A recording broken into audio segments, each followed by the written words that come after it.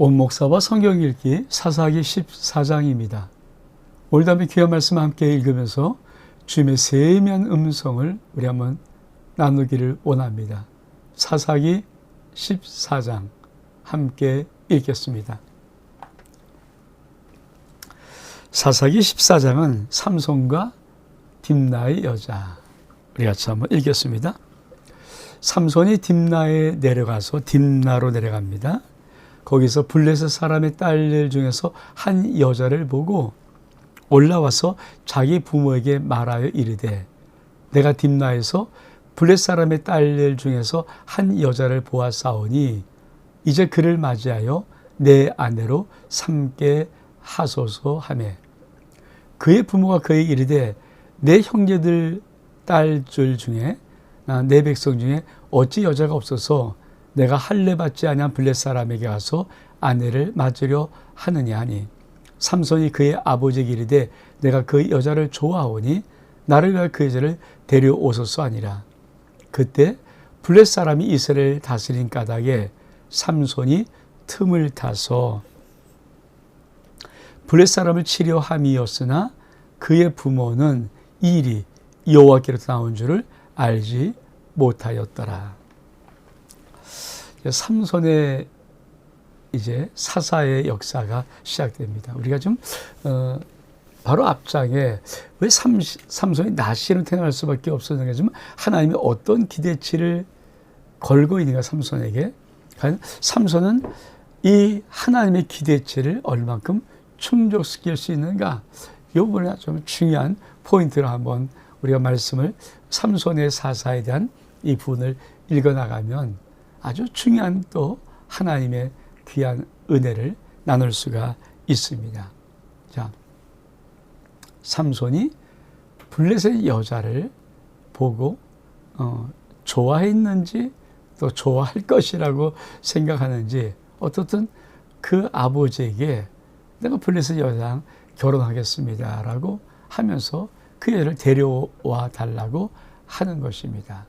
여러분 다시 한번 볼까요? 자, 삼손이 딥나에 내려가서 거기서 블레셋 사람의 딸 중에 한 여자를 보고, 그렇죠? 부모에게 말하는 겁니다. 내가 한 여자를 보았습니다. 그래서 그를 맞아서 아내로 삼게 하소서. 그러니까 부모가 뭐라 그럽니까?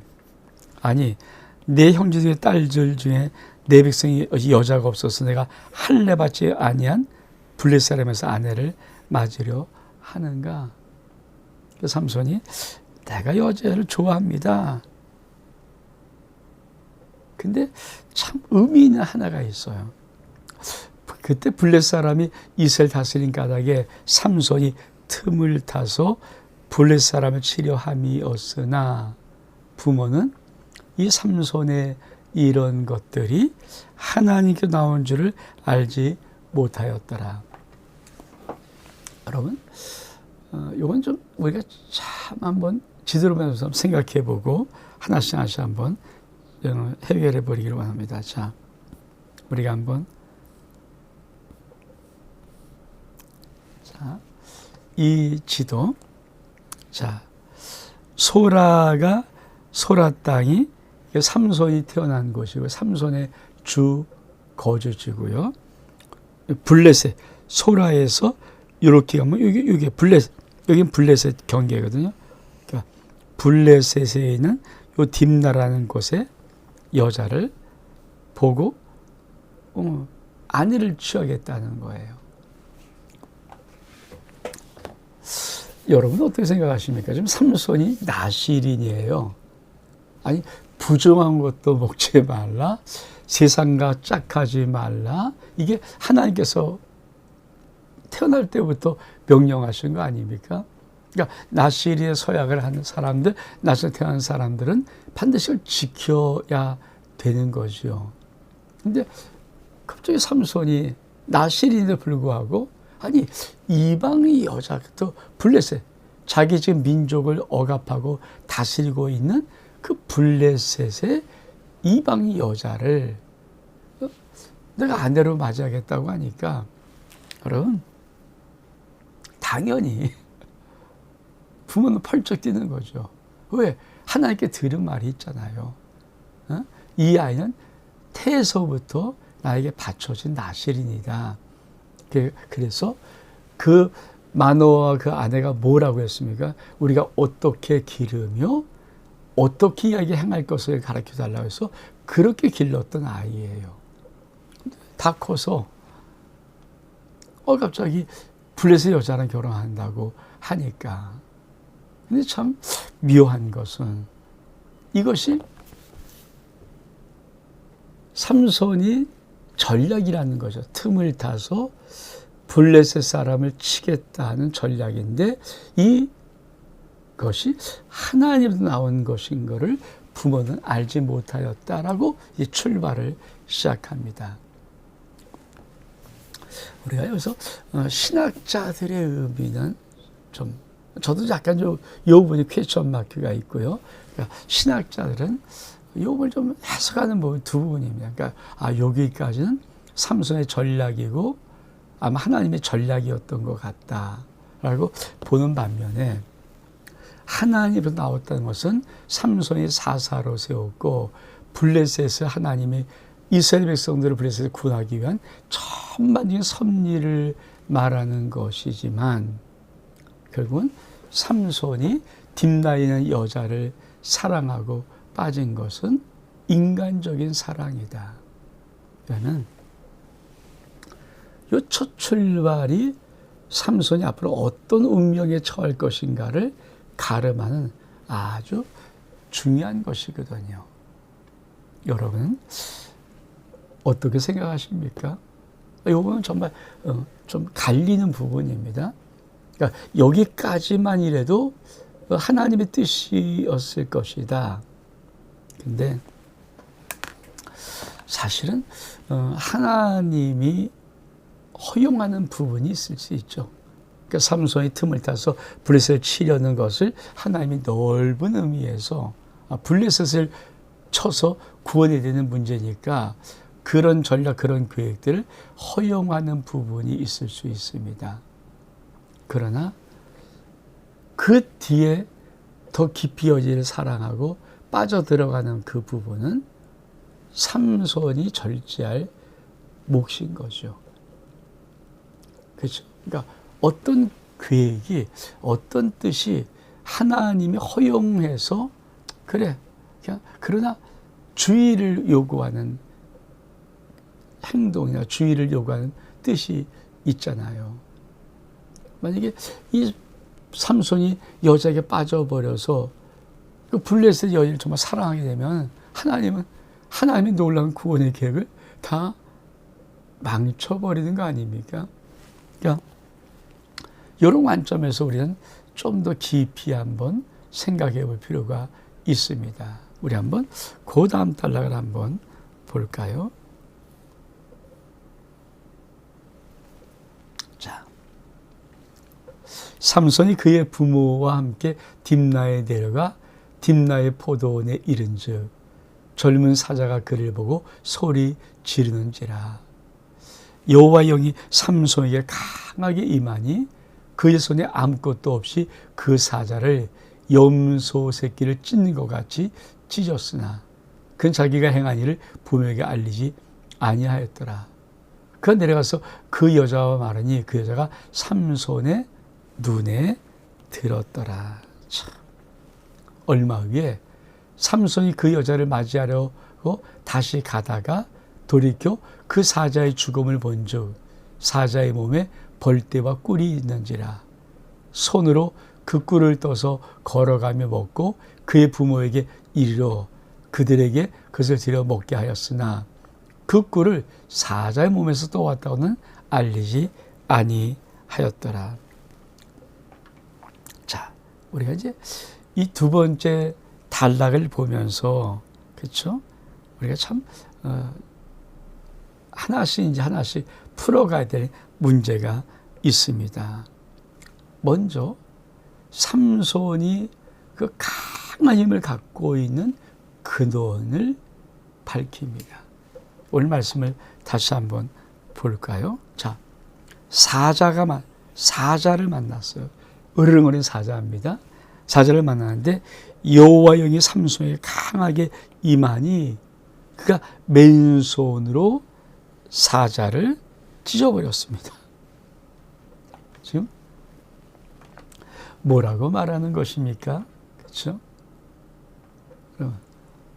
그거 아세요? 삼손에게 있는 능력은, 그렇죠? 이게 하나님의 능력이라는 거예요.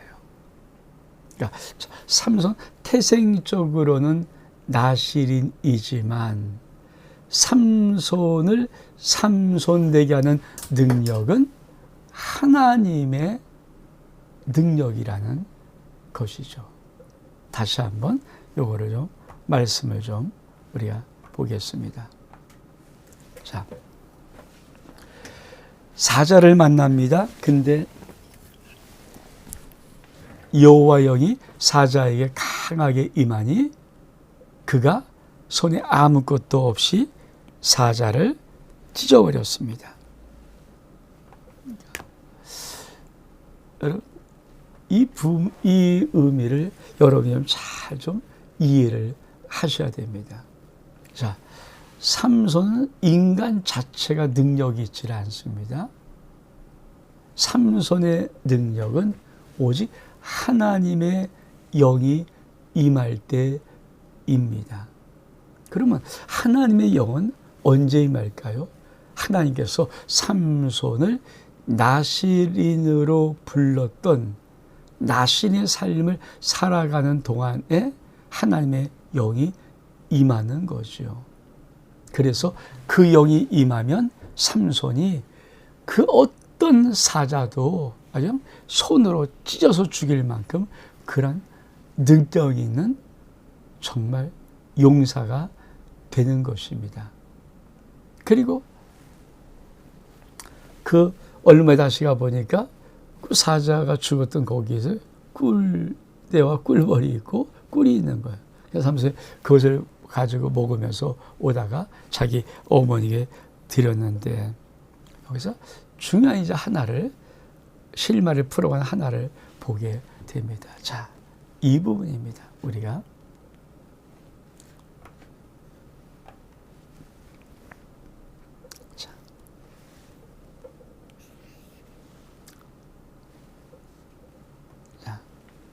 그가 내려가서 그 여자와 말하니 그 여자가 삼손의 눈에 들었더라.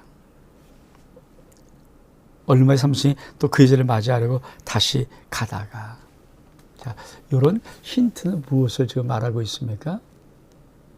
자, 삼손의 전략이 있었을 수 있어요. 블레셋 여자를 자기가 취하면서 거기에 들어가서 블레셋을 다 어떤 점령하든지 정복하든지 이런 삼손의 전략이 있을 수 있고 택했지만, 하나님도 그 전략을 그냥 삼손이 그런 뜻을 갖고 있다는 것에 전체적인 부분에서는 허락했을 것 같아요. 그러나 삼손이 하면 안 되는 것이 있죠. 그러니까 그 허용 범위를 가지고 자기가 쉽게 말하면 자기의 감정을 더 높여서 인간적인 여자를 바라보고 그 여자를 사랑하고 그 여자를 좋아하고 여기까지를 가면 안 되는 거죠.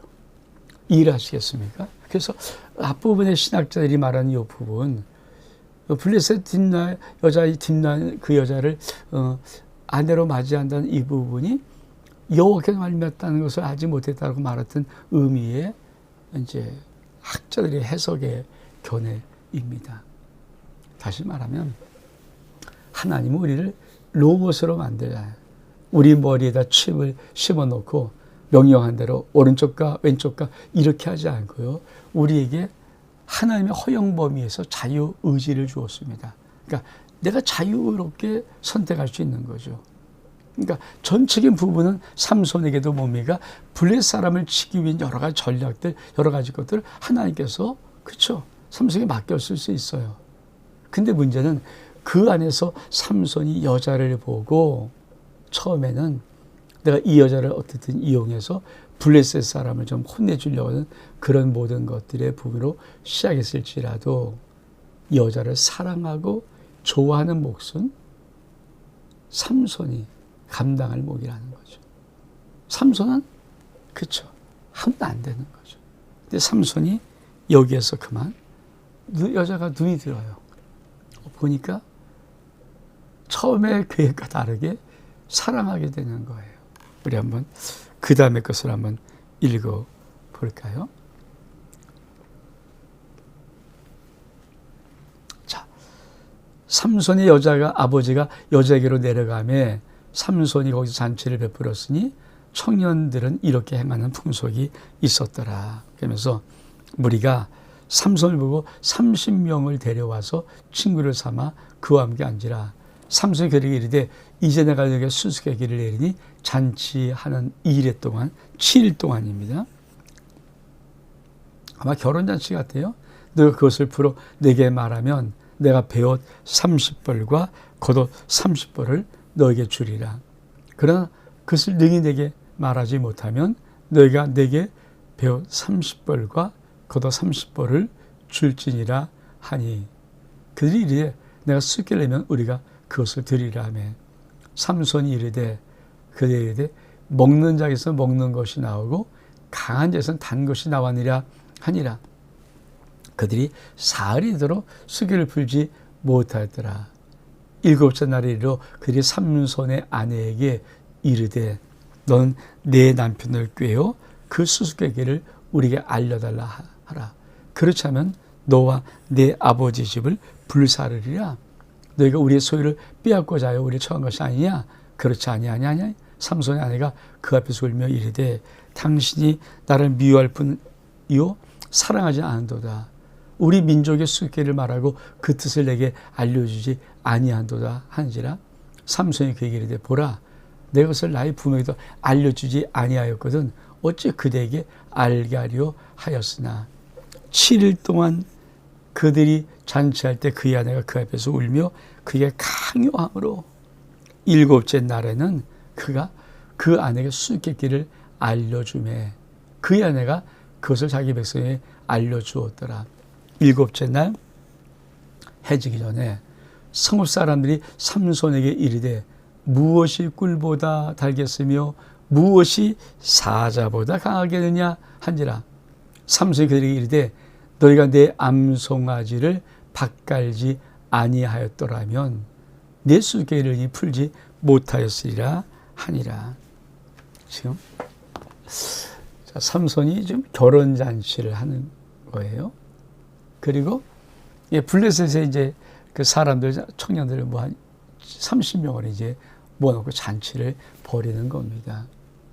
삼손이 꾀를 내는 거예요. 그러니까 퀴즈를 수수께끼를 내는 거죠. 근데 이 수수께끼는 뭐예요? 삼손밖에 모르죠. 왜?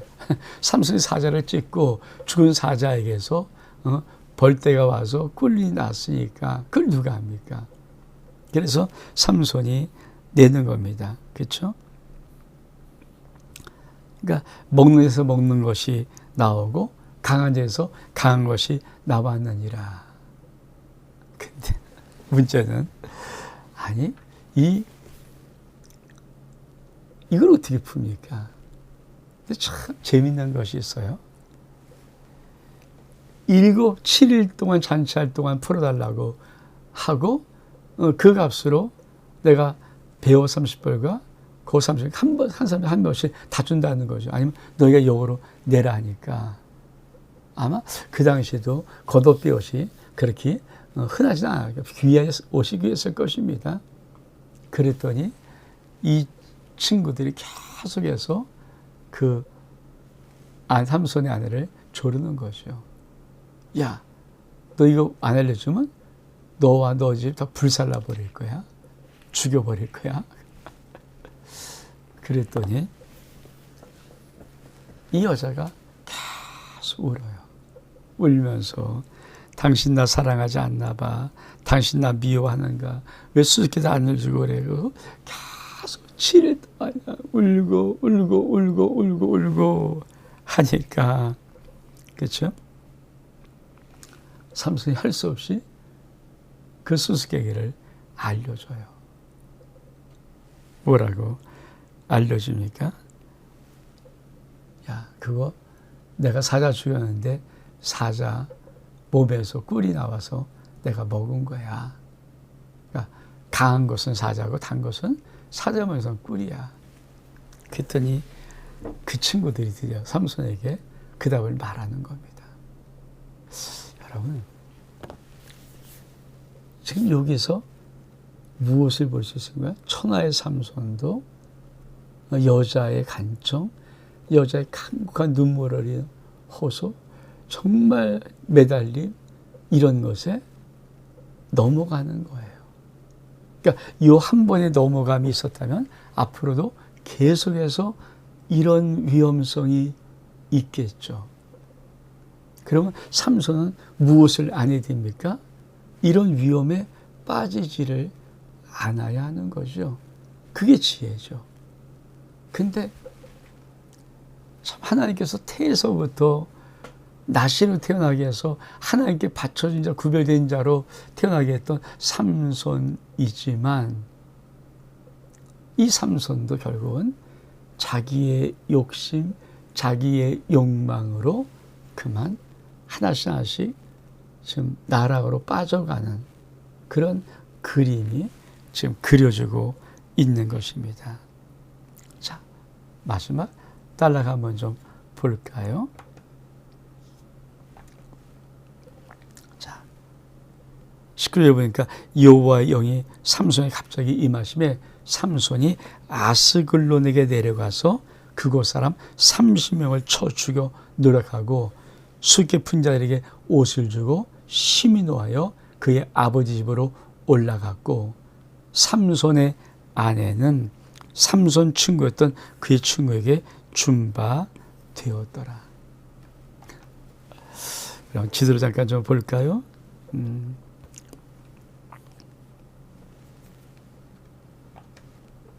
자, 우리가 소라에서 딥나라서 요 딥나의 블레셋 여자를 지금 삼손이 지금 아내로 취한 거잖아요. 이제 이걸 풀어버리니까 삼손이 여기까지 가는 거예요. 아스글론까지 가서 아스글론에 있는 애꿎은 블레셋 30명을 쳐 죽여서 옷 뺏어갖고 여기 와서 딥나에게 주는 것입니다. 어떻든 블레셋 사람을 쳐 버린 것에는 어떤 하나님의 사자의 역할을 하는 것이지만 지금 이 삼손에게는 무엇인가 약점이 있는 거죠. 약점. 그리고 이 약점이 앞으로 삼손의 운명을 어떻게 결정하는 것인가는 아주 중요한 또 키가 될 수 있는 것이죠. 사랑하는 성도 여러분, 자, 하나님의 허용 범위가 있어요. 그러니까 우리가 어떤 일을 할 때 하나님께서 로봇처럼 A, B, C, D 이렇게 안 지시할 때도 의외로 정말 많이 대부분은 하나님께서 우리를 믿기 때문에 이렇게. 근데 그 선택의 하나하나의 결정은 내가 책임져야 하는 것입니다. 그러니까 허용 범위를 무한정단 두리면서 내 멋대로 살아갈 수는 없는 거죠. 그 대표가 뭡니까? 솔로몬이에요. 그 하면 놀라운 그 지혜를 받고도 그가 모든 부와 모든 향락과 모든 것을 절제하지 아니하고 다 누려버림을 통해서 참 그 지혜로운 왕이었던 솔로몬이 세상의 최고의 지혜를 가지고 결국은 그 솔로몬 뒤에 아들에 대해서 나라가 갈라져 버리는 안타까운 역사. 오늘 사사기 14장은 우리들에게 앞으로 삼손이 어떻게 나갈 것인가는 좀 나쁜 징후 하나를 보여줍니다. 온 목사와 성경 읽기 사사기 14장 여기서 마칩니다. 샬롬.